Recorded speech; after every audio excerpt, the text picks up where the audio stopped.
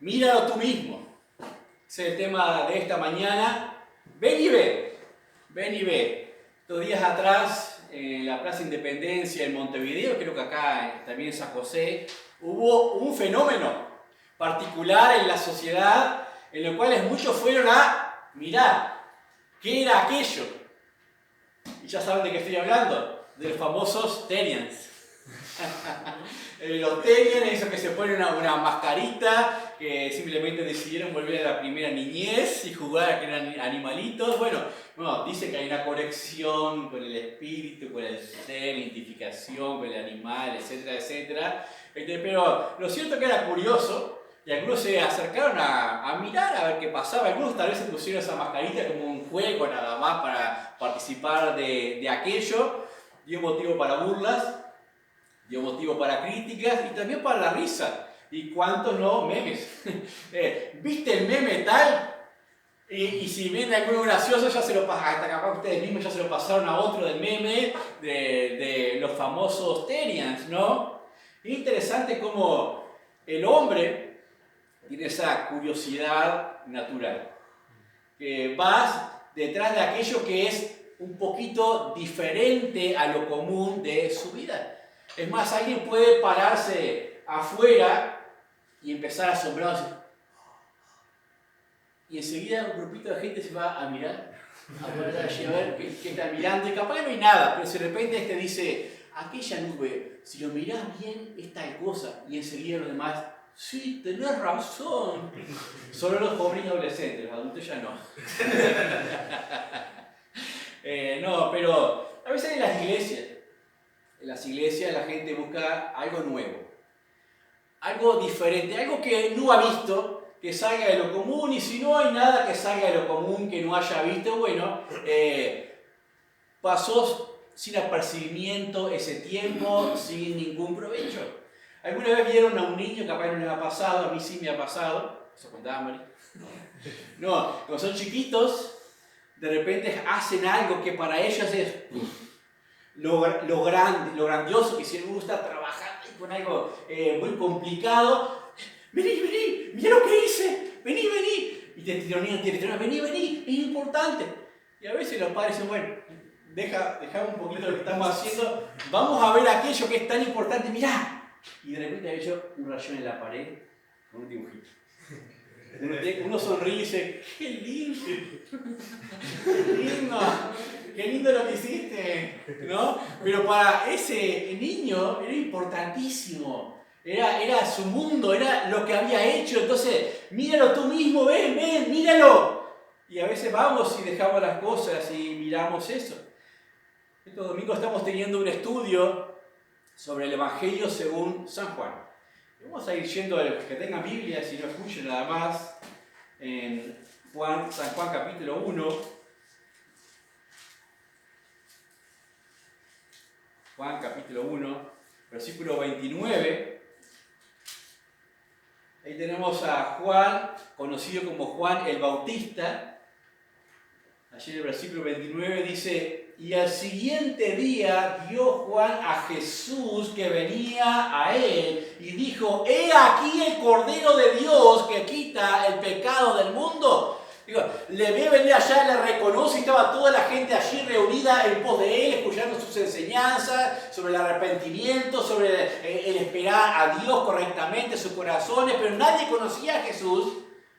Y sin embargo, él sí le ve venir, dice, ¡he aquí! O sea, mírenlo, ahí está. Y en el versículo 34 dice, después de darnos explicación, dice, y yo le vi, y he dado testimonio de que este era el Hijo de Dios. Juan dice, yo tuve la oportunidad de verle, yo sí lo vi, es él. Vengan y mírenlo.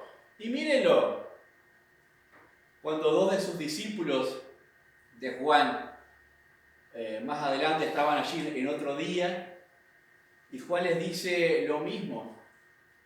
Y estos discípulos van a Jesús y empiezan a, no sé, por curiosidad o por realmente conocer, ¿es Él realmente? Se acercan a Jesús y Él les dice allí por el versículo 38, dice, y volviendo Jesús, viendo que les seguían, les dijo, ¿qué buscáis? Ellos le dijeron, Rabí, que traducido es maestro. ¿dónde moras? Mira la respuesta de Jesús, les dijo, venid y ved, y fueron y vieron dónde moraba el Señor Jesucristo. ¿Qué buscas? Es mi pregunta en esta mañana. ¿Cuál es la gran búsqueda de tu vida? ¿Cuál es tu razón? Algunos la buscan detrás de una máscara, en una identificación ridícula, pero tenías. Pero, ¿y tú qué buscas? Porque todos buscamos algo, un ideal, una meta, algo a alcanzar, pero la vida es corta. Y yo espero, hay muchos jovencitos acá, que cada uno realmente alcance, humanamente hablando, su meta, su estudio, su trabajo, su familia, su propósito. Pero, ¿y qué más? ¿Y qué más? ¿No?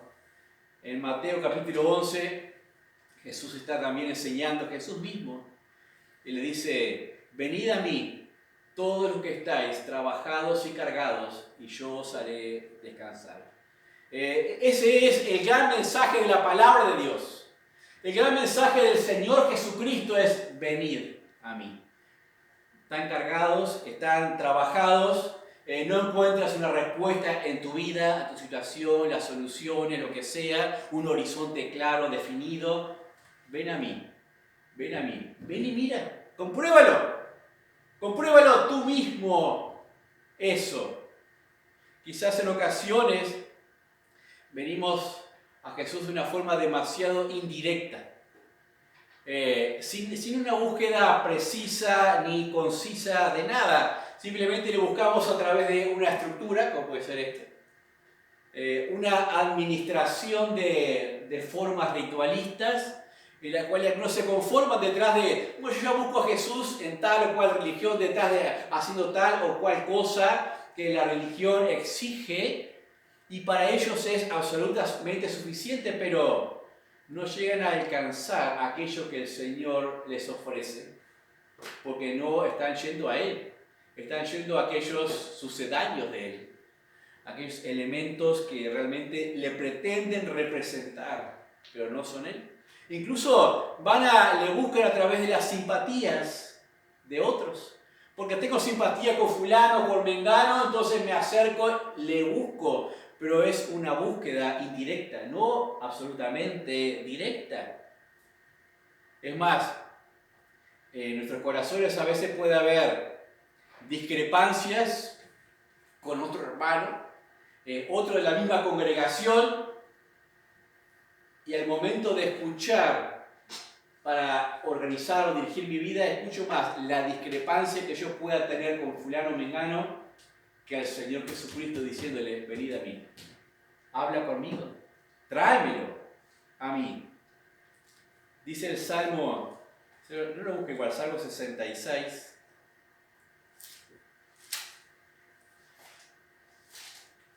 En los primeros versículos que dice, aclamad a Dios con alegría toda la tierra, cantad la gloria de su nombre, poned gloria en su alabanza, decid a Dios cuán asombrosas son tus obras, porque la grandeza de tu poder se someterán a ti todos tus enemigos.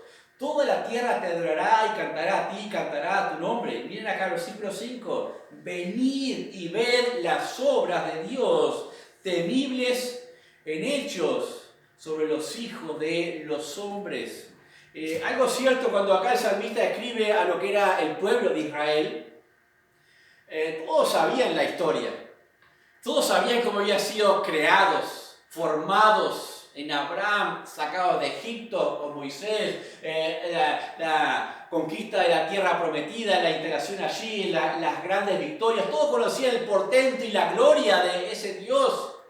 Y cantaban esas alabanzas, capaz que de una forma comenzaba a ser un poco más rutinaria nada más.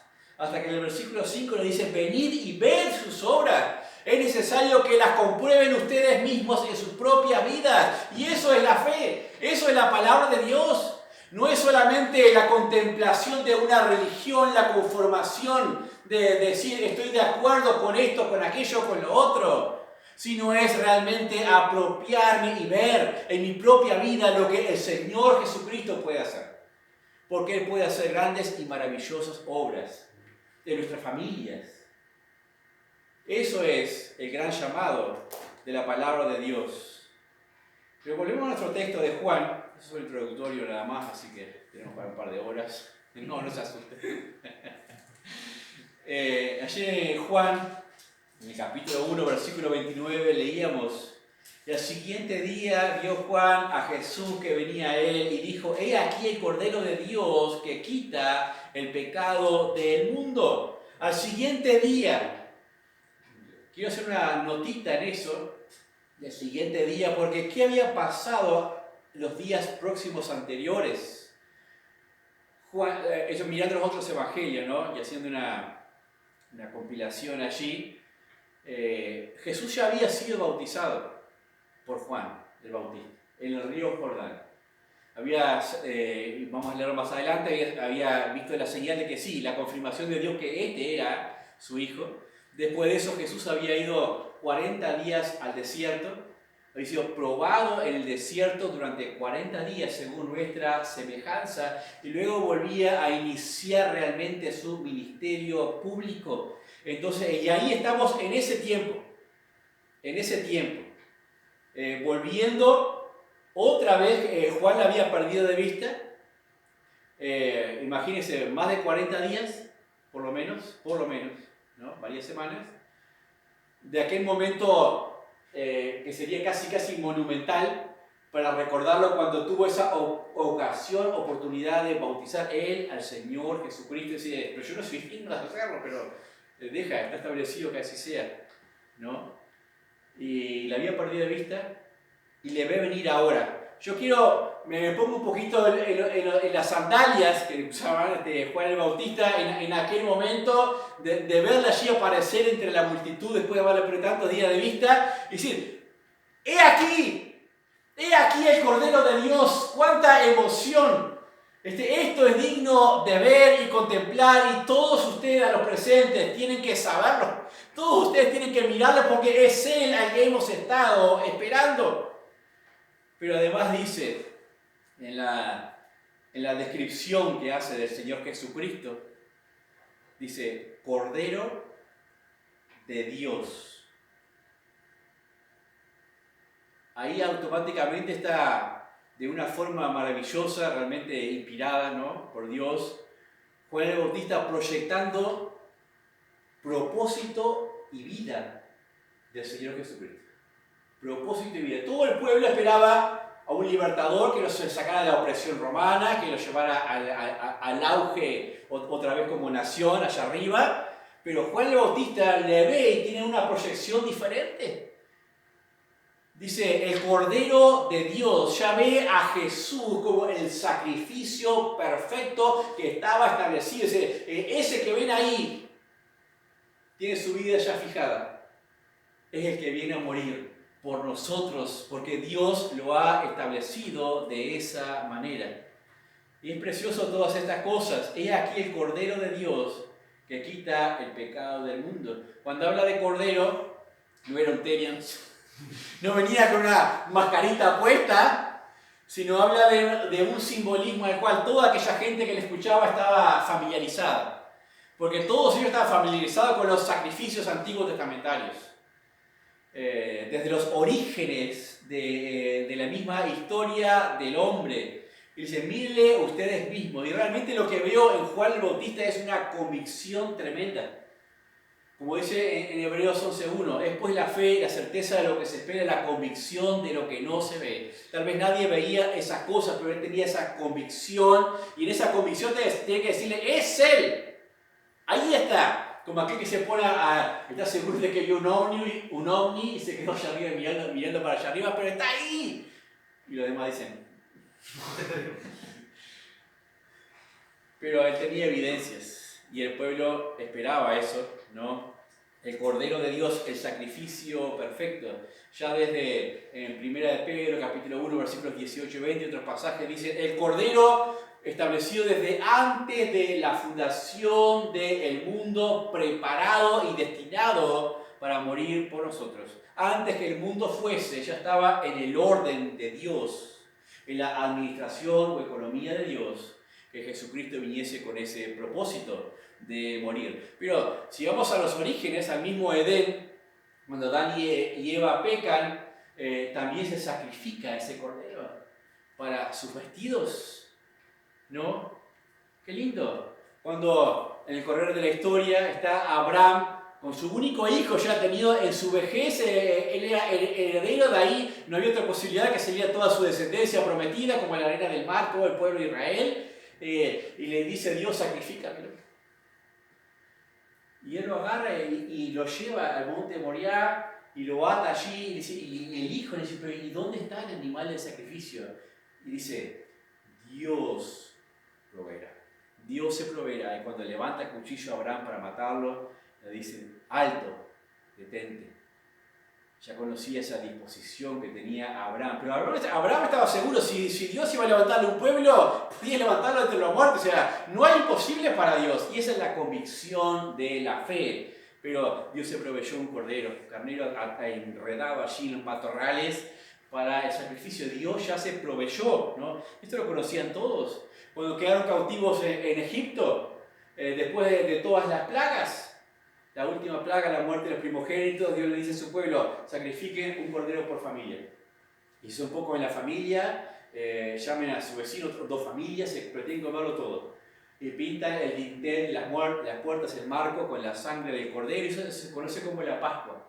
Y se celebra por los judíos la celebración de la Pascua, la liberación por sangre del cordero de la esclavitud. Pero es una figura de este cordero de Dios, con su sangre derramada para liberarnos de nuestra propia esclavitud, ¿no? Y cada uno de los corderos en la antigüedad cumplió su propósito, y aún en esos tiempos sacrificaban. Ya Isaías 53, muchos siglos antes del Señor Jesucristo decía, hablando de ese cordero, mas Él herido fue por nuestros pecados, molido por nuestras rebeliones, el castigo de nuestra paz fue sobre Él, y por su llaga fuimos nosotros curados. Hablando del gran siervo, el que venía, el Cordero de Dios. Y Juan le ve, Juan le ve y dice, no dice no lo puedo creer porque sí lo creía, ¿no? Dice, es aquí, mírenlo, y no podía dejar en esa admiración que tenía. Pero no solamente dice que quita el pecado del mundo, en el original ese quita, conlleva las dos ideas de llevar y quitar, como lo expresa Isaías. Llevó nuestras rebeliones, el castigo de nuestra paz fue sobre Él, ¿no? Las lleva y las quita al mismo tiempo. Si las quita, significa que no tiene más poder sobre aquellos que van a Él, Pero la otra cosa interesante que veía en este versículo, dice, he aquí el Cordero de Dios que quita el pecado del mundo. ¿Cuántos pecados tiene el mundo? ¿Cuántos pecados tiene tu vida? No lo puedo contar, no me da nada. No sé si la matemática llega a ese número, aún en el infinito, no sé si se pasa y llega hasta donde se corta el infinito allá atrás, en las paralelas. Para lo entendido nada más. Pero dice el pecado del mundo, no dice los pecados del mundo, porque no vino para solucionar, me equivoqué, bueno, es por eso nada más. Eso tiene perdón, pero vino por algo más grande, más sublime. Es una condición única, general de todos los hombres. Una condición perdida por el pecado delante de Dios. Como dice en Romanos 5:12, así como el pecado entró en el mundo por un hombre, Adán, y por el pecado la muerte pasó a todos los hombres por cuanto todos pecaron. Por ser hijos de Adán, todos somos de una condición pecaminosa. Y eso es lo que vino a redimir el Señor Jesucristo. Porque si hubiese dicho los pecados de los hombres, entonces aún aquellos que no creen están comprendidos ahí y pueden seguir pecando nomás. Pero dice el pecado. Él vino como hombre para redimir una condición que le impedía al hombre ir a Dios. Él es la propiciación por nuestros pecados, esa palabra de Dios. Y no solamente por los nuestros, sino por los de todo el mundo. es un sacrificio incomparable. No hay nada que el hombre pueda hacer por su vida delante de Dios. Nada. No tendría absolutamente valor comparado con el valor real y único del sacrificio del Señor Jesucristo. El pecado, la culpa de la humanidad, la tuya y la mía. Y cuando dice del mundo, eso fue introductorio y fue nuevo para el pueblo de Israel porque sus sacrificios comprendían a los suyos nada más, a los prosélitos de los romanos gentiles que se convertían al judaísmo, pero no para todos, los demás eran perros de afuera. Pero Juan el Bautista introduce esta idea, que es realmente la verdadera enseñanza de la palabra, la palabra de Dios y el plan de Dios, es que todos los hombres, todas las naciones, todos los tiempos quedasen incluidos en el sacrificio único y absolutamente suficiente del Señor Jesucristo. Continuamos, versículos 30 al 34, dice: Este es aquel de quien yo dije, después de mí viene un varón, el cual es antes de mí, porque era primero que yo. Y yo no le conocía, mas para que fuese manifestado Israel, para esto vine yo bautizando con agua.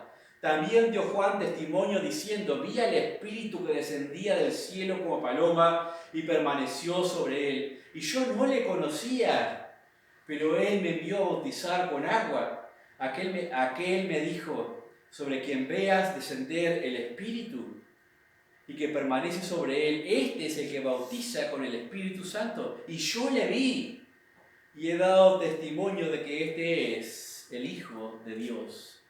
Ahí habla Juan el Bautista de la preexistencia del Señor Jesucristo. Humanamente hablando, ¿quién nació primero, Juan el Bautista o Jesús? Juan el Bautista, seis meses antes. 6 meses antes, ¿no? Pero dice él era antes que yo. O sea, ya existía. Ya existía antes, porque es el Eterno, es Dios humanado, conocido como el Hijo de Dios, ¿no? Qué precioso el entendimiento que tiene. Dice: el que viene después de mí, aquel varón, de una forma genérica, representativa de hombre y mujer, del ser creado. Dice: ese es el que vino. Ese es el que será el Cordero perfecto que quita el pecado del mundo. Y como les dije, esa palabra, esa expresión asombrosa porque por lo preciosa, ¿no? Por lo magnífica de decir: y yo le vi. Y yo le vi, ¿no? Qué lindo. Capaz les pregunto a los presentes: ¿alguno de los presentes vio a Uruguay salir campeón de algo? José Luis sí. En el 50. El Gran Maracaná. Tiene 3 meses. 3 meses. Y Copa América, esa cosa no salió, ¿no? Sí, 95. Sí, en el 95. Bien. Vamos a preguntarle a la Argentina. ¿Vieron a Argentina salir campeón? Sí. ¿Sí? No hace tanto, ¿no? No hace tanto. Pero capaz que a los que no les gusta el fútbol, les gusta algo diferente. ¿Vieron alguna vez de cerca algún famoso? ¿Algún cantante o esos fans o lo que sea? No me digan a mí. Pero capaz que algunos tienen esas historias, esos cuentos, y decir: y yo vi a fulano, ¿no? Que era ese día, esa historia, ese tiempo, ¿no? Y yo vi, y estuve en aquellas gradas cuando salimos campeón y parecía que el estadio se venía abajo y todo se sacudía: ¡oh, campeón, Argentina campeón! O lo que sea. Y yo me pregunto, ¿no? ¿Ese hecho cambió tu vida? No. Capaz que te endeudó con la entrada, te estuviste unos meses pagándola, pero no cambió tu vida. ¿No? Pero la de Juan sí cambió. Yo le vi. Me acuerdo hace un par de años atrás, 3, ahí, El presidente de la República visitaba mi oficina nuestra allá en Montevideo, como era en la calle, el presidente. Iba allí con la prensa, estaban todos y los compañeros de trabajo, y algunos se sacaba una foto con él, una selfie en grupo y todo. ¡Ay, el presidente! ¡No, foto! Los que eran partidarios, ¿no? Y aún los que eran de otro partido, igual se sacaban con la foto, ¿no? Estoy haciendo mi trabajo como si nada, y no te vas a sacar fotos. ¿Quién fue que me dijo? Me preguntó, Damari, ¿fue? O alguien me dijo, ¿no sacaste foto con el presidente? Sí, fue ella. Y yo le dije, ¿para qué? No va a cambiar mi vida. O sea, conocerle o no conocerle en persona es un hombre como yo y tal vez más necesitado porque no conoce al Señor Jesucristo. No cambia mi vida, pero les voy a decir algo. Conocer al Señor Jesucristo cambia las vidas. Y ha cambiado infinidad de vidas a lo largo de toda la historia. Eso sí hace la gran diferencia. Porque un testigo que realmente le vio, le conoció y fue a él, jamás puede ser neutral. Jamás puede quedarse en un punto medio, decir, le conocí y ya está. Si le conociste, sos testigo. Si realmente le conociste, no puedes dejar de decir como Juan el Bautista, yo creo. Yo le vi, yo le conozco. Por la fe, ¿no? Me dicen que estoy loco. Pero Juan, el que escribe acá, que no es Juan el Bautista, que es Juan, uno de los apóstoles, dice que cuando escribe la primera de sus cartas, los primeros versículos, en primera de Juan dice, lo que era desde el principio, lo que hemos oído, lo que hemos visto con nuestros ojos, lo que hemos contemplado y palpado en nuestras manos tocante al verbo de vida. Porque la vida fue manifestada y la hemos visto. Y testificamos y os anunciamos la vida eterna, la cual estaba con el Padre y se nos manifestó. Lo que hemos visto y oído, eso os anunciamos, para que también vosotros tengáis comunión con nosotros. Y nuestra comunión verdaderamente es con el Padre y con Jesucristo, su Hijo. Allí, muchos años más adelante, está Juan escribiendo y dice, bueno, ¿de qué les hablo yo? ¿De qué les estoy hablando? Yo solamente les hablo de lo que vi, lo que toqué, lo que palpé, lo que presencié y realmente fui testigo de que ahí estaba la vida. Él era realmente la vida, la luz de los hombres. Y eso os comunico, pues ¿saben por qué los comunico? Porque quiero que ustedes también le conozcan. Que tengan comunión con el Padre, que tengan comunión con el Señor Jesucristo. Eso hace un testigo que le ha visto. Que le ha visto. Eso es lo que leíamos en los siguientes versículos para ir terminando, dice, versículo 35. Al siguiente día, otra vez estaba Juan y dos de sus discípulos, y mirando a Jesús que andaba por allí, dijo, ¡he aquí el Cordero de Dios! Le oyeron hablar los dos discípulos y siguieron a Jesús. Y volviéndose a Jesús y viendo que le seguían, les dijo, ¿qué buscáis? Ellos le dijeron, Rabí, que traducido es maestro, ¿dónde moras? Les dijo, venid y ved. Y fueron y vieron dónde moraba y se quedaron con él aquel día, porque era como la hora 10:00. Estos eran Andrés, no menciona el nombre del segundo discípulo, pero se entiende que era Juan el que escribe este evangelio, que no se menciona en todos sus relatos, no se menciona a él por el dejo de la humildad, porque él no quiere ser el centro, pero en los detalles que aporta en todos los relatos, como era la hora 10:00, por ejemplo, el control de la circunstancia, los detalles minuciosos, obvio, era Juan escribiendo todas aquellas cosas, porque en algunas referencias puede ser el discípulo amado, no va a decir soy yo, o sea, obvio, ¿no? Entonces era Andrés y Juan allí, que eran discípulos de Juan el Bautista. Y cuando Juan el Bautista le dice, aquí el Cordero de Dios, comienzan a seguir a Jesús. ¿Saben que a Juan no le importó eso? Al revés. Quedó re contento. Porque Juan no estaba para buscar seguidores. Juan estaba para dar testimonio del Señor Jesucristo. Entonces aquellos le siguieron y le preguntaron, ¿dónde moras? O sea, ¿dónde te estás quedando? Y Jesús no les dijo, por allá, ¿y ustedes? No, nosotros capaz que por allá, no, y ver. Venid y ver. Ese es el llamado del Señor Jesucristo siempre. Él no nos deja afuera. No nos deja expectantes, porque su amor es demasiado grande para dejarnos fuera y abrazarnos. Él nos recoge. Aquel que va a Él le recoge. Venid y ve, o sea, compruébalo. Compruébalo tú mismo.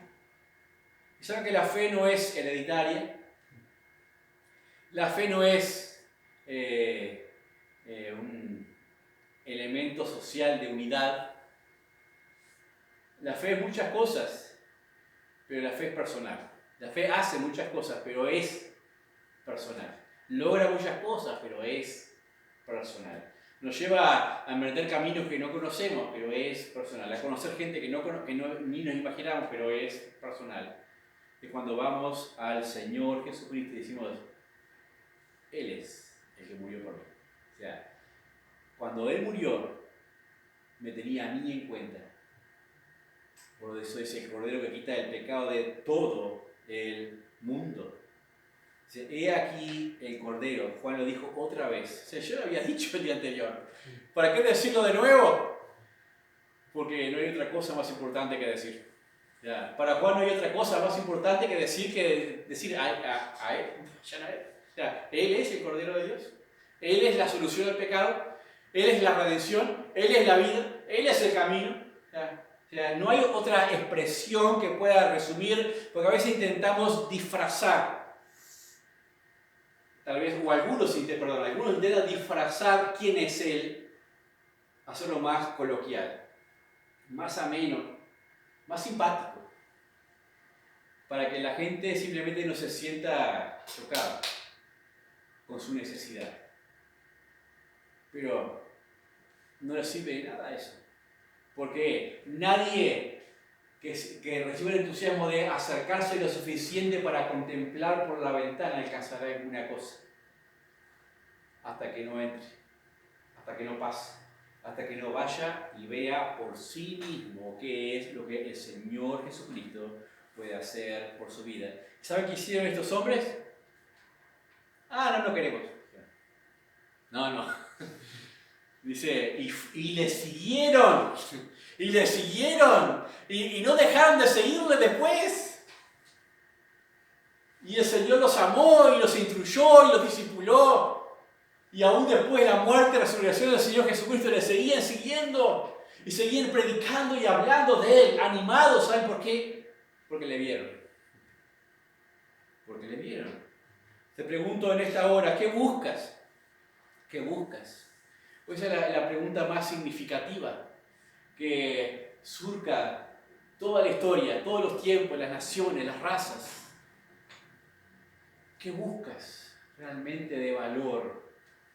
¿Qué buscas realmente que pueda hacer la diferencia, un antes y un después, como lo hizo en la historia, antes de Cristo, después de Cristo, aún para los escépticos, ¿no? ¿Qué buscas? ¿No? Hay quienes simplemente buscan una excusa.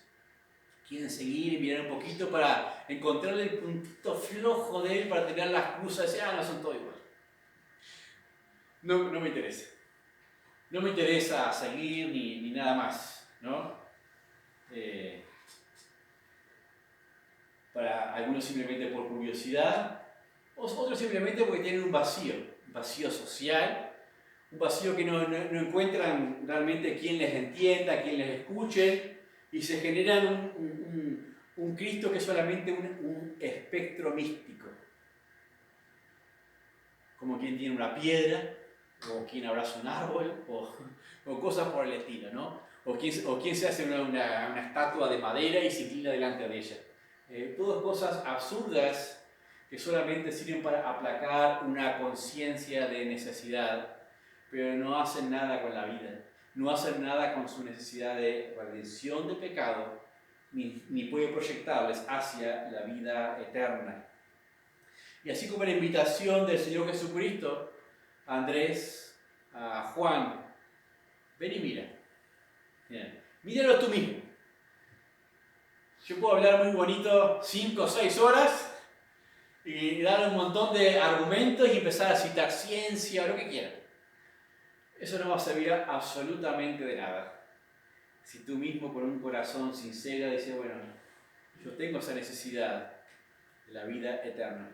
Porque aún Eclesiastés nos habla y nos dice con una lógica bien sencilla que cualquiera la puede entender. Es más, estoy seguro, acá tenemos 3 nacionalidades presentes, hasta de Cuba. En alguno de esos 3 países, los que estamos representados acá, y tenemos a alguien profesional en el área allá atrás. Si yo corto un árbol, ¿qué puedo esperar? Que se caiga. Que se caiga, sí, la parte que corté, sí, obvio. Y lo demás, ¿qué puedo esperar? Que se marchite. A ver el técnico. ¿Qué puedo esperar de un árbol? ¿De que cortamos? Sí, no, cuando cortamos un árbol, ¿qué puedo esperar de lo que queda? De lo que queda. La gran mayoría de los casos hay árboles que no vuelven a sobrevivir, ¿verdad? Mueren. ¿Y otros? Y hay otros árboles que se siguen moviendo y que pueden comenzar a brotar. A brotar. Sí. Cuando habla de profecía, Señor Jesucristo dice: un vástago brotará de sus raíces. Sí. O sea, del árbol cortado. O sea, que fue cortado el pueblo, o sea, el reinado de Israel fue cortado, o sea, un vástago brotará de sus raíces. Porque ser cortado no implica eliminado. A veces se corta a propósito para dar más fuerza a un nuevo crecimiento, una nueva orientación. Y si a veces tenemos esa esperanza, ¿no? A veces yo puedo y tengo la esperanza de que no haya secado el árbol, la planta, a veces me seca. Pero a veces tengo la esperanza de que venga con más fuerza, con renuevos. Esa es mi esperanza. Cuando corto una rama, un árbol, una parte importante. Tenía acá un árbol aromático que se llama el cedrón, que sabía hasta allá arriba, lejísimo, y estaba todo un tronco pelado hasta allá arriba. Y dije, bueno, que sea lo que sea, corté acá a la altura, que pase lo que tenga que pasar. Y brotó. Y volvieron a crecer ramitas y tengo hojitas de cedrón ahora al alcance de la mano. Ahí llego, ¿no? Y yo miro la vida del hombre. ¿Somos menos o más importantes que un árbol o una planta? ¿Tenemos más valor o menos valor? Más valor, ¿no? ¿Y qué? ¿Hemos de esperar ser cortado de la vida de los vivientes y que no haya absolutamente ninguna otra esperanza? Esa es la lógica que presenta el predicador en Eclesiastés. O sea, hay esperanza. O sea, el hombre con un espíritu eterno, claro que tiene esperanza, pero la esperanza está en Cristo. O sea, para eso vino. Para eso vino, ¿no? Para que tengamos vida eterna en su nombre. Venid y ved. ¿Quieres saber quién es el Cristo? ¿Quién es el Hijo de Dios? Ven y mira. Míralo por tú mismo. ¿Quieres saber por qué vino? Ven y mira. Compruébalo por tú mismo. Porque no importa todas las explicaciones que yo dé, si tú no lo experimentas, no lo pruebas, no vas a Él por la fe, no te va a afectar. No te va a afectar en ninguna manera.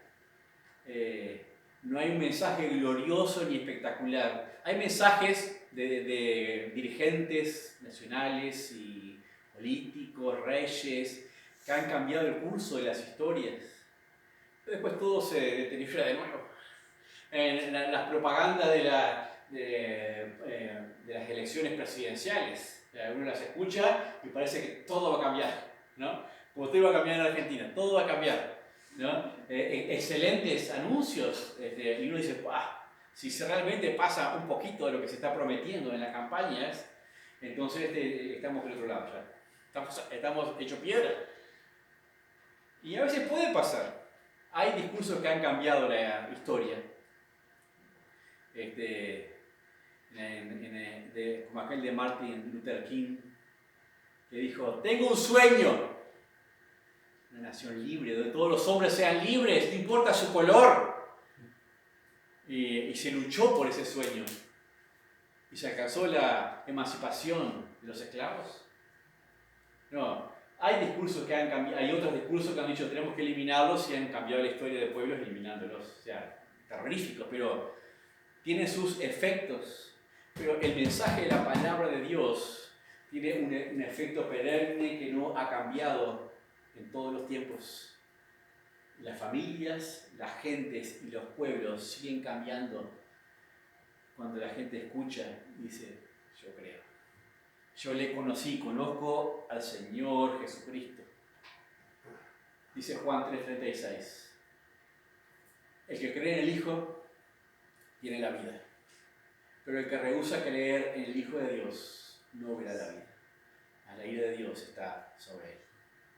No hay muchas opciones. Creer en el Hijo de Dios y verás la vida. Esa es la promesa que tengo yo en la palabra de Dios. Y les voy a decir algo. Yo lo vi. Yo lo creo. ¿Tú lo crees? Vamos a orar.